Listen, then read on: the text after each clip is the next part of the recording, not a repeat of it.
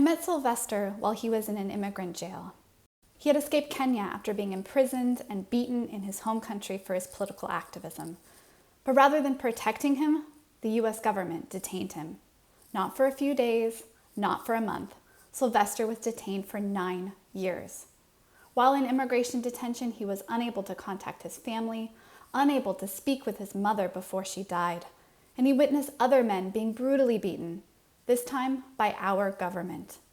As the daughter, granddaughter, and great-granddaughter of immigrants, I wouldn't even be here if the United States hadn't welcomed my family in a time of crisis. But not all families are treated equally. While the Trump administration's immigration policies represent a startling escalation over prior administrations, immigration detention is not new. I'm Christina Fialho, and I co-founded Freedom for Immigrants 8 years ago to end this system. Right now, there are tens of thousands of immigrants detained in county jails and for-profit prisons. Immigration detention is rife with abuse, such as medical neglect that has led to death and sexual assault by guards perpetrated with our tax dollars. But this wasn't always the case. Prior to the 1980s, there were only about 30 people detained on any given day. Then, 2 private prison companies formed and lobbied for laws to expand immigrant incarceration. Now, 70% of detained immigrants are caged in private prisons, which profit from their abuse. It doesn't have to be this way. We can and should build a country where no person is in prison for crossing a border. And here's how. Freedom for Immigrants is working to abolish this system through a 2-pronged approach. First, we have built a network of 4,500 volunteers that is a consistent watchdog inside this system. We started by building the first visitation program in California.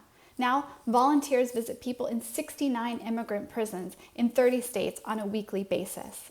They offer a lifeline to the outside world and expose abuse. Second, we launched a community-based decarceration program to free over 250 people like Sylvester by paying their immigration bonds. Once released, we connect them to housing, lawyers, transportation, and mental health services. We are proving that decarceration is the only path forward, and it is time for the federal government to get on board. Freedom for Immigrants drafted and passed the first statewide bill in the country to stop the expansion of detention. This bill was passed right here in California. Now other states are following our lead, and we were able to introduce federal legislation. Our legislation would cut the immigration detention population in half and use the money currently slated for detention to fund community decarceration programming. In order to pass this federal legislation, we need to raise $1 million to bond out 100 more people and conduct the first multi-year study on how to divest from immigration detention and invest in community decarceration programming. With this study, we will prove once and for all that a country where immigrants are welcomed, not jailed, is within reach.